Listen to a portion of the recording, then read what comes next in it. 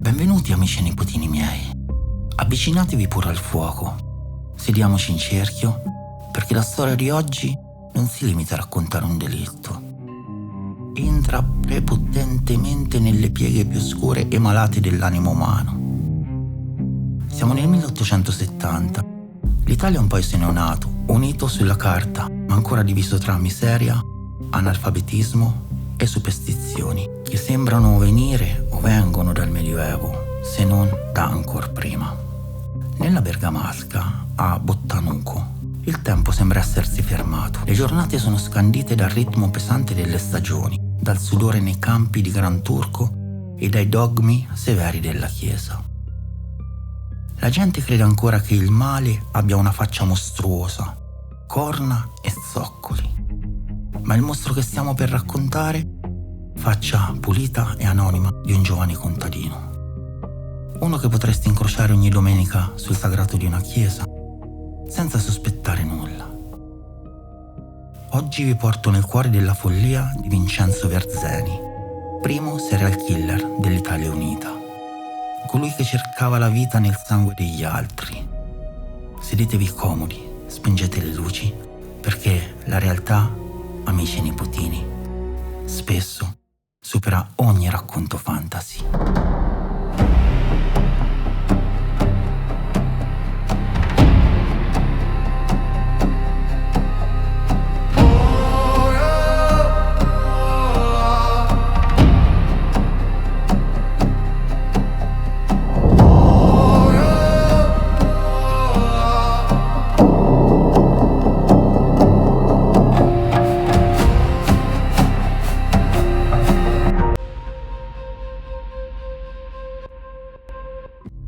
Vincenzo Verzeni nasce nel 1849 in una cascina che trasuda povertà.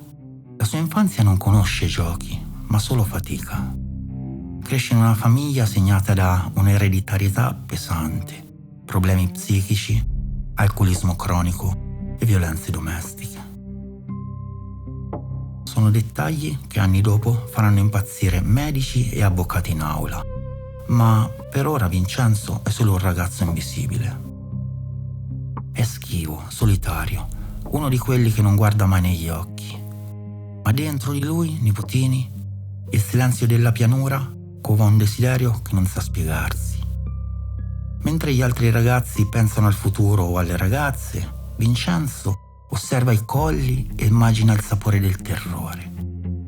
Non cerca soldi, non cerca vendetta. È un predatore puro che aspetta il suo momento tra le ombre delle cascine. Sente un richiamo viscerale, un bisogno di possesso che passa attraverso la gola e il sangue. Il male non esplode mai all'improvviso, fa sempre le prove generali. Tutto ha inizio nel 1867. Vincenzo ha solo 18 anni. Una notte si intrufola nella stanza della sua cugina, Marianna Verzeni, mentre lei dorme profondamente. Immaginate la scena, il silenzio della notte, il respiro regolare della ragazza e quell'ombra che la sovrasta. Vincenzo non vuole rubare, allunga le mani di pietra verso la gola di Marianna e tenta di strangolarla nel sonno. Cerca di sentire quel battito che si ferma sotto le sue dita. Marianna però si sveglia, lotta disperatamente e urla con quanto fiato ha in gola. E lui svanisce nel buio come un fantasma. Ma la fame non è placata, è solo stuzzicata. 2 anni dopo, nel 1869, tocca a Barbara Bravi. Vincenzo la assale vicino a una cascina isolata al calare del sole. La afferra e stringe le mani intorno al collo fino a farle perdere quasi i sensi, e poi fa qualcosa che gela il sangue. Le morde il collo con una ferocia bestiale, cercando di strapparle la carne con i denti. Barbara riesce a divincolarsi, scappa nel fango, ma il segno di quei denti rimarrà impresso nella sua anima per sempre. In paese iniziano a mormorare. Si parla di lupi mannari, di demoni che infestano i campi, ma nessuno sospetta del giovane Vincenzo.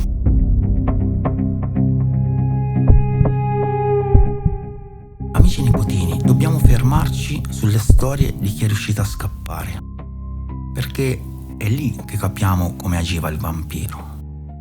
Vincenzo non sceglieva a caso, studiava i movimenti delle donne che tornavano dai campi o dalle filande. Prendete Margherita Pagnoncelli. Fu aggredita mentre camminava stanca su un sentiero isolato. Vincenzo le balzò addosso alle spalle, senza un lamento, senza una parola. Cercava la giugolare, cercava quel calore primordiale che solo la forza fisica di Margherita, abituata al duro lavoro, le permise di divincolarsi e fuggire prima che le dita di Vincenzo si chiudessero definitivamente sul suo collo. E poi c'è il caso inquietante di Angela Previtali. Vincenzo non usò solo la forza con lei, ma l'inganno. L'attirò con una scusa in un sentiero nascosto, lontano dagli occhi del mondo. Angela raccontò poi di aver sentito un brivido improvviso guardando i suoi occhi che erano vuoti e vitrei. Quando lui cercò di ghermirla, lei ebbe un riflesso immediato, un istinto di sopravvivenza che la fece correre via più veloce del vento. Queste donne sono state le testimoni di un male che non aveva ancora un nome, ma che stava per trasformarsi in tragedia totale. L'8 dicembre del 1870 la nebbia avvolge Bottanugo come un sudario. Giovanna Motta ha solo 14 anni. È una ragazza innocente che sta andando a trovare la zia nel paese vicino. Quel tragitto, fatto 1000 volte, diventa la sua tomba. Il suo corpo viene ritrovato in un campo e è una visione che i carabinieri dell'epoca non dimenticheranno mai. Berzeni non si è limitato a ucciderla, l'ha mutilata con una ferocia rituale, asportando parti del corpo.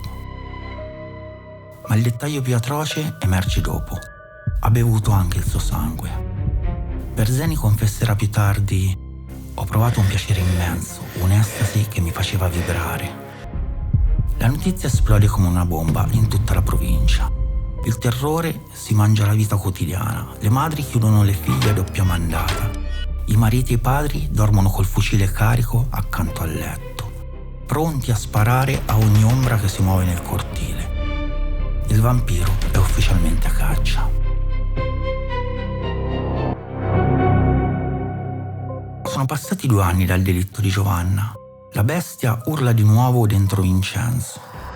La vittima è Elisabetta Pagnoncelli, probabilmente una parente di Margherita Pagnoncelli, che si è salvata. Elisabetta fu ritrovata senza vita in un fosso. La firma è la solita: morsi, ferite inferte con una ferocia non umana, ma stavolta il paese è al limite. I sospetti iniziano a convergere su Vincenzo. Quel suo vagare solitario, quegli sguardi persi nel vuoto. La gente inizia a puntare il dito su di lui. Quando i carabinieri lo fermano, lui non scappa, non oppone resistenza. Inizia a parlare con una calma glaciale che fa mancare il respiro agli inquirenti. Racconta tutto, racconta del sangue, del piacere, del bisogno di sentire la vita degli altri scivolare via. L'Italia intera scopre con orrore che il vampiro non viene da un castello della Transilvania, ma può avere le mani sporche di terra di un semplice contadino della Bassa.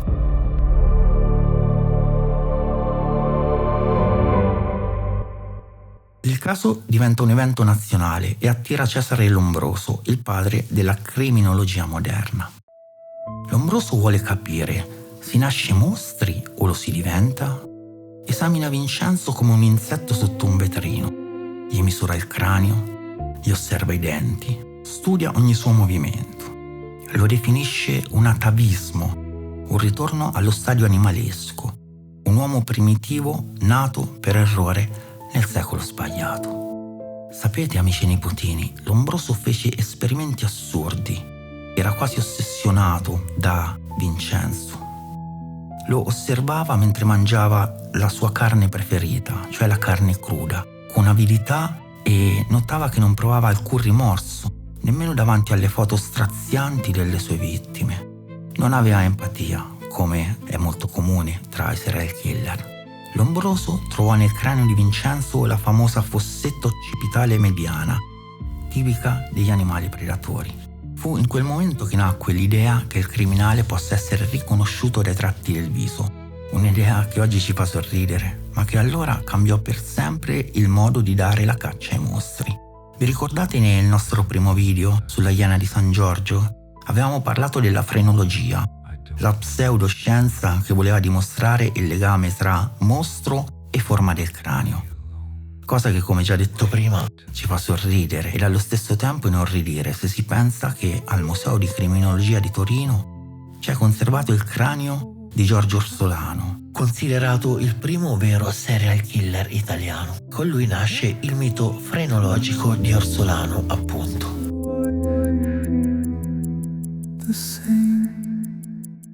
Vincenzo Verzeni finì i suoi giorni nel manicomio criminale di Torino nel 1918, mentre fuori il mondo bruciava tra i fumi della Grande Guerra.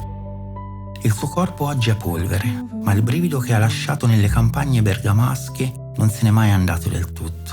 È stato il primo a mostrarci che il male può essere metodico, silenzioso e assolutamente inspiegabile. Se camminate nella nebbia della bassa e sentite un brivido improvviso sulla nuca, non voltatevi subito. Potrebbe essere solo il vento. O forse è il battito di un cuore antico che non ha mai smesso di cercare la sua preda. Restate nel buio con me, nipotini. Lasciate un commento se conoscevate già questa storia e se volete capire come l'istinto animale possa trasformare un uomo in predatore. Vi aspetto anche nell'altro canale, I segreti delle menti degli animali, dove è uscito un nuovo video sulle orche, ed oggi ho dato una notizia di attualità su un caso che sta commuovendo l'intera Europa. Come sapete benissimo, è molto importante che vi iscriviate, che lasciate un commento, un like per farmi continuare a fare questi video. Per oggi è tutto, amici e nipotini cari. Io sono Zio Matte e vi aspetto all'ombra del prossimo campanile. Voi siate buoni, restate curiosi e buonanotte se ci riusciamo.